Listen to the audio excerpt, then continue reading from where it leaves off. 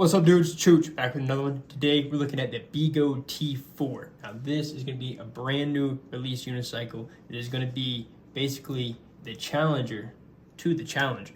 This is going to be a smaller suspension electric unicycle. Think of this as the miniature master. And this thing is sweet, guys. Honestly, I really am hyped about this wheel right here. More so than the master, just because I've been riding the smaller Inmotion V12 a lot. The V12 high torque in particular. I have 1,500 miles on that thing already, guys. I've been riding that thing a lot. And I really realized that I like a smaller, like 17-inch wheel a lot more.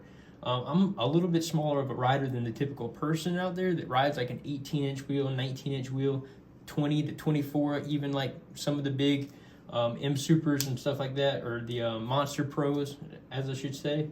But I like the smaller wheels, man. I really like the form factor of the Inmotion V12 high torque.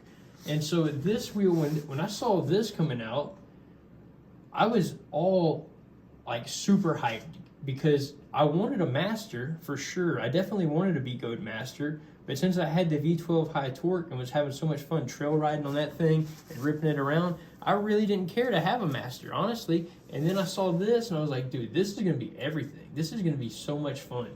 And it's gonna be fast. It's gonna be full suspension, smaller, lighter weight wheel that has the great, like, the tube suspension in it, guys. You know, like that tubular suspension that the master has, that's like super well made, a modular design on this thing. I think this thing it not only looks good, it not only like has an incredible form factor, but it's just gonna be fast, guys. It's gonna be really fast. It's gonna have a lot of torque. It's gonna come with spiked pedals on it. The suspension on it is gonna be great. I think it's gonna have the same suspension the master has, I would think, even being a little bit lighter weight wheel. So that whole bottoming out problem and whatnot probably will be eliminated because the wheel is just a little bit lighter weight itself. So, I mean, I think this thing's gonna rip, dudes. 100 millimeter suspension travel. It's gonna come with a street tire on it, which I'm cool with that, honestly, guys. Like, a lot of people comment in the comments section, like, wanting to put street tires on their suspension wheels that live in cities and stuff. And I think the company saw that. So, and then finding a good like 17-inch tire for an electric unicycle that's an off-road tire is kind of hard. For the Inmotion V12, guys, like, I found one tire. I looked everywhere, and it's linked below in my Amazon store. I found one good off-road tire for that. Actually, a subscriber found it and told me about it, and I linked it in the Amazon store. If you haven't checked out the Amazon store I have, it's sweet, dudes. It's updated. I got the Shinko 244 tire that I use on my EXN, as well as the other off-road tire for the V12 that I found. And it comes with a tube as well, and it's not very expensive. I think you can also get it prime for like $40. So the thing is, people just have to find the off-road options for these smaller wheels and then share the tires they find, man. You can find like Continental tires, you can find Kenda, you can find like, dude, you can find all kind of really good tires, but it's just finding something that fits, that may not be specifically made for it, it just works. So 17-inch high torque motor with a widened and strengthened rim, which is one of the key things I love about the Inmotion V12 high torque, guys. Seriously, the reason I like the high torque V12 over the high speed mainly is because of that rim on that thing, dude. It is solid. I have tanked into rocks on that thing, guys, and going down stairs with 25 PSI in that tire, which is way too low. I know it is, but that V12 high torque rim has held up substantially better than any of those other rims out there, guys. Like, they nailed it with that. And I think whatever mojo that Inmotion put into that V12 high torque, that orange rim, whatever mojo they put into that, I hope they're doing that on this wheel. And it says right here, widen and strengthened rim, so I'm all about that, dude. 1,800 watt hours, 100 volt, 2 parallel, 2 series backup. So this means basically that if one of your batteries fails, the other one's gonna keep you upright and going. It's not gonna be like, If there's a problem with one battery over here, then the whole thing shuts off, which is good. This is what we want. We want redundancy, just like they have in aircrafts.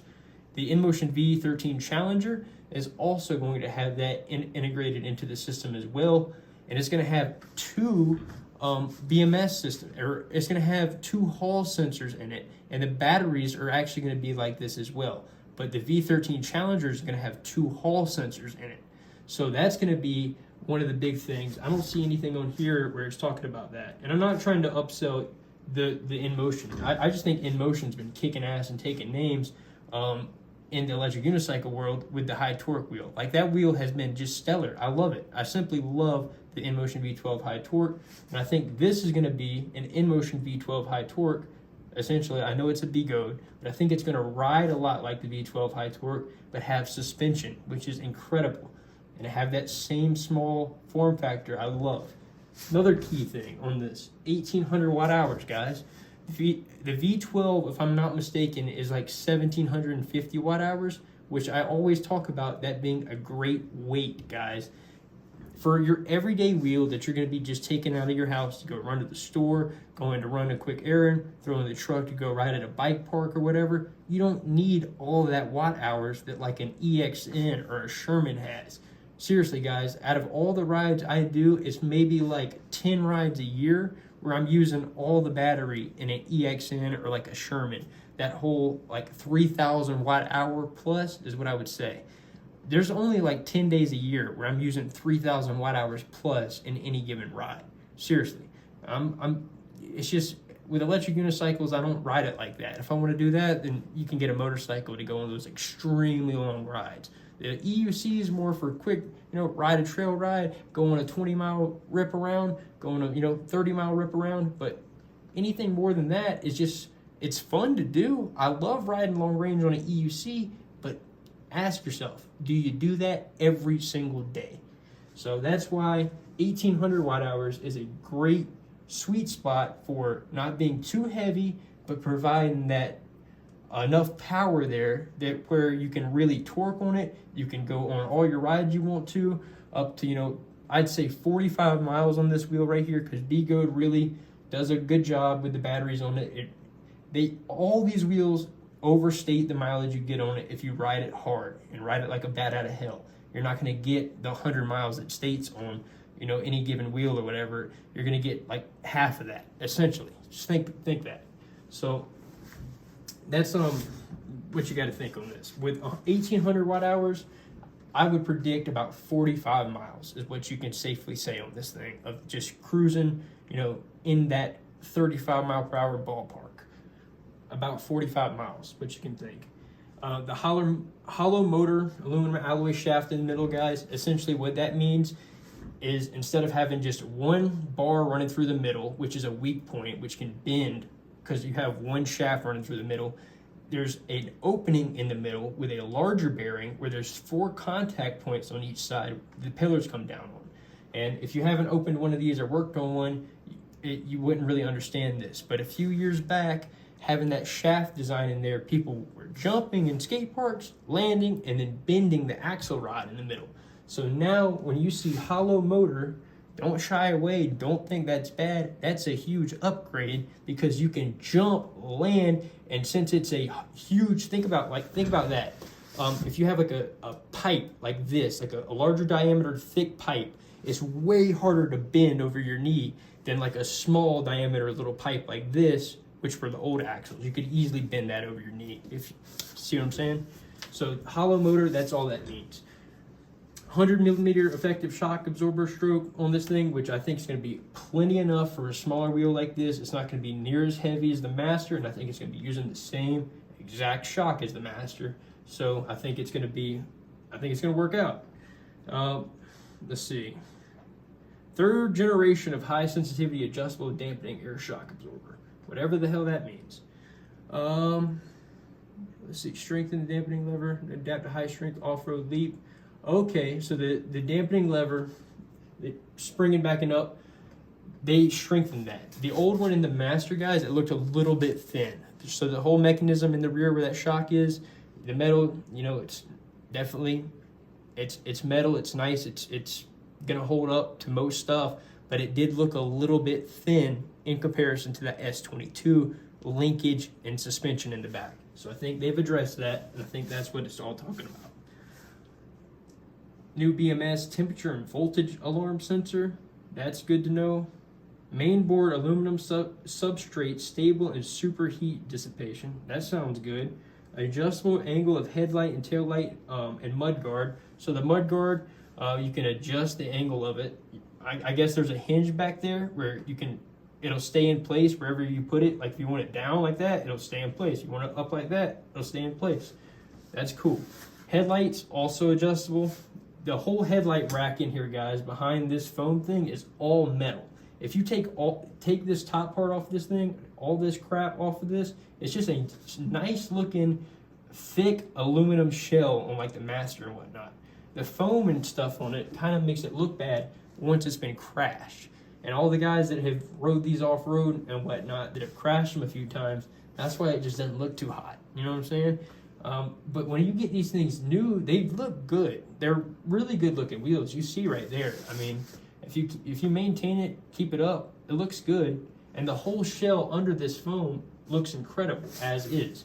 So, and shout out to, like, you know, Chris Clark that makes the whole Clark fairing and everything out there.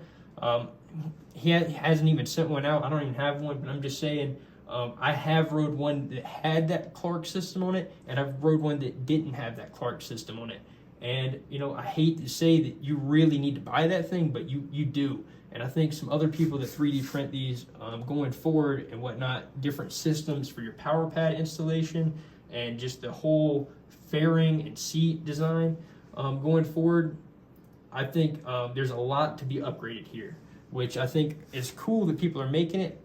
And do I think it's okay the way it is? I think it's rideable. I think you can rip it like this out of the box. Heck yeah, I think it'll be fine. But I think there's a lot of things you can do to this just to make it mesh with you well, and it just really adapt to you like a good pair of like ski boots. Once you break them in, you know, once you get adapted to them, you don't want to switch up. So once you get your power pad set right, you get your air pressure right, you get all this set up on here, you know, it's night and day different from when you get it out of the box. So that's why people do all the power pads and all that different stuff to it, because they really help, guys. Like, I got on an Inmotion V12, like I'm in the process of moving right now. That's why the uploads have had like no voice overlay, because I'm in the process of moving right now, guys. It's been totally hectic, but like, dudes, I'm super stoked about this wheel. I don't even know what I'm talking about right now, but I'm super stoked about this wheel.